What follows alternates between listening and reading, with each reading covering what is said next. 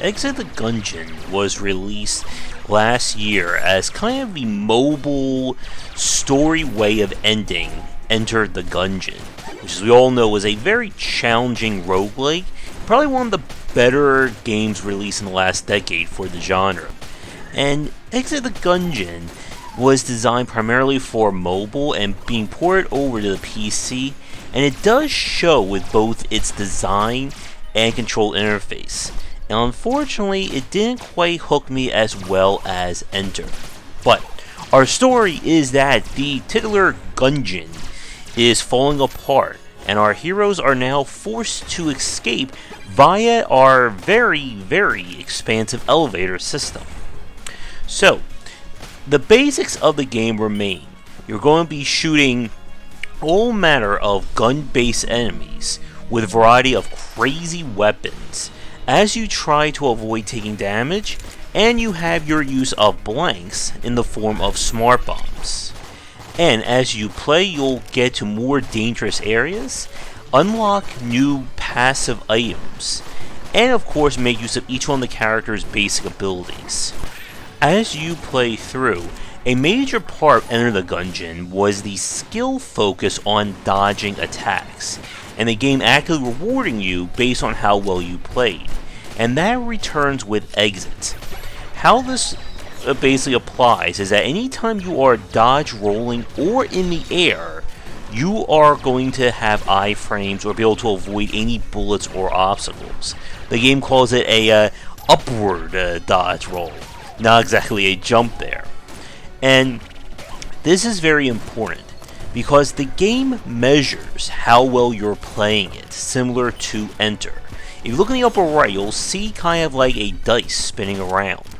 The better you play, every few seconds, the game will randomly shuffle your primary gun. There are no treasure chest pickup of weapons this time around.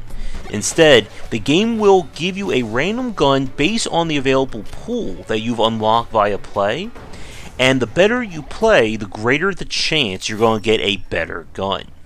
And that is a very polarized design element, and we're going to talk about that one in a few minutes. But the basics of Enter the Gungeon are definitely on full display here. Each character again has basic abilities. This time around though, the design has been streamlined. There are fewer levels, and each character has their own elevator that they'll go up. This is essentially the biome that determines what obstacles you're dealing with, such as in this one, where you have to hit those buttons to dodge the oncoming icicle people dropping down from above. Boss fights are somewhat standardized, with each area having, I believe, like only a few different bosses that can show up, and of course the finale being the same, at least for right now, based on who you play as. The game does have these similar long-term persistence systems of finding new people that will aid you and will show up in the game's opening hub, as well as unlocking, again, new weapons, new passives, and other aspects that can appear in subsequent runs of the game. With all that said, my main problem with Exit the Gungeon is that it doesn't feel as refined in terms of its gameplay, and I'm not as much of a fan of the feedback of how progression works in Exit the Gungeon compared to the first one. And we're going to start talking a little bit more in depth about that, but first, a shout out to our Patreon supporters and sponsors. And now for a quick shout out to our current Game Wisdom supporters and sponsors. Going forward, all Patreon supporters will get early access to our videos. And if you'd like to continue this discussion on game design, be sure to check out our Discord channel, linked down below. If you're looking for more wisdom about game design, be sure to check out my latest offering of books, 20 Essential Games to Study, aimed for first-time developers and students looking for some inspiration for their upcoming games, and Game Design Deep Dive Platformers if you're interested in anything regarding 2D and 3D platforming design. They're both available in print, digital, and wherever books are being sold. A key element of the appeal of Enter the Gungeon was how much it was focused on the player being the primary reason for success. This was how the guns were balanced, how your basic options were designed to carry you a lot further, and being great at the game really allowed you to compensate for bad RNG. With Exit the Gungeon here, I found it to be a little bit more troublesome in terms of getting to that level of mastery, and the game doesn't really seem to be designed around it as well. Now, the version that you're seeing is from the PC port of it, and I was told that on the console side, or I'm sorry, on the mobile side, that the guns would auto-aim, because I could not imagine playing this with a touch interface. My primary problem with the game, and like I said a few minutes ago, has to do with how weapons work. The fact that you are not in control over what weapons you get access to at any given moment does kind of, I think, add a little too much variance into a game that really did rely on skill focus. The problem is that not all guns are created equal. You'll get guns that allow you to shoot from one side of the screen to the other, some that provide full-on homing. You have our freeze blast over here. And when you get those weapons, it's all well and good. The problem, of course, occurs when you don't get them, or if you get swapped to a bad weapon at precisely the wrong time, such as during a boss fight. And the bosses in Exit the Gungeon definitely go even more into the shmup or two-hoo levels of bullet to screen ratio. And it feels like at some point, your only real way to avoid them is to just mash space and just keep jumping and dashing for dear life. And it doesn't feel as controlled as I found with Enter the Gungeon.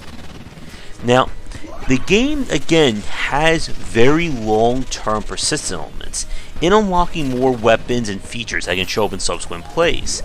But I felt that this one kind of took a little too long to get into that. While we were playing this for about 2 hours, there were plenty of times where it just didn't seem like we were moving forward in terms of unlocks. And your starting selection doesn't feel as varied or as interesting compared to Enter. Now, one thing that I did like was a variety of the quote-unquote elevators that you have to climb. As you can see, we're riding, I guess, would this be considered a bullet train? And the game does a really good job of making the biomes a large part of the personality, even more so than games like Enter the Gungeon, Biome Isaac, and others, with each elevator having its own unique quirks and rules to it. And if the game did do well enough to kind of get post-release support, I would love to have seen more variety in terms of the elevator designs. But my problems are with the basic elements of Exit the Gungeon. And I think I would have preferred having a little bit more control over the weapons that you get access to.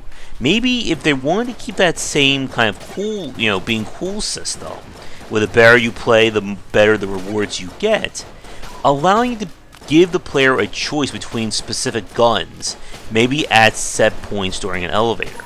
Because having your weapon just swap randomly can, again, really cause you trouble if the gun doesn't really match the enemies that you're fighting.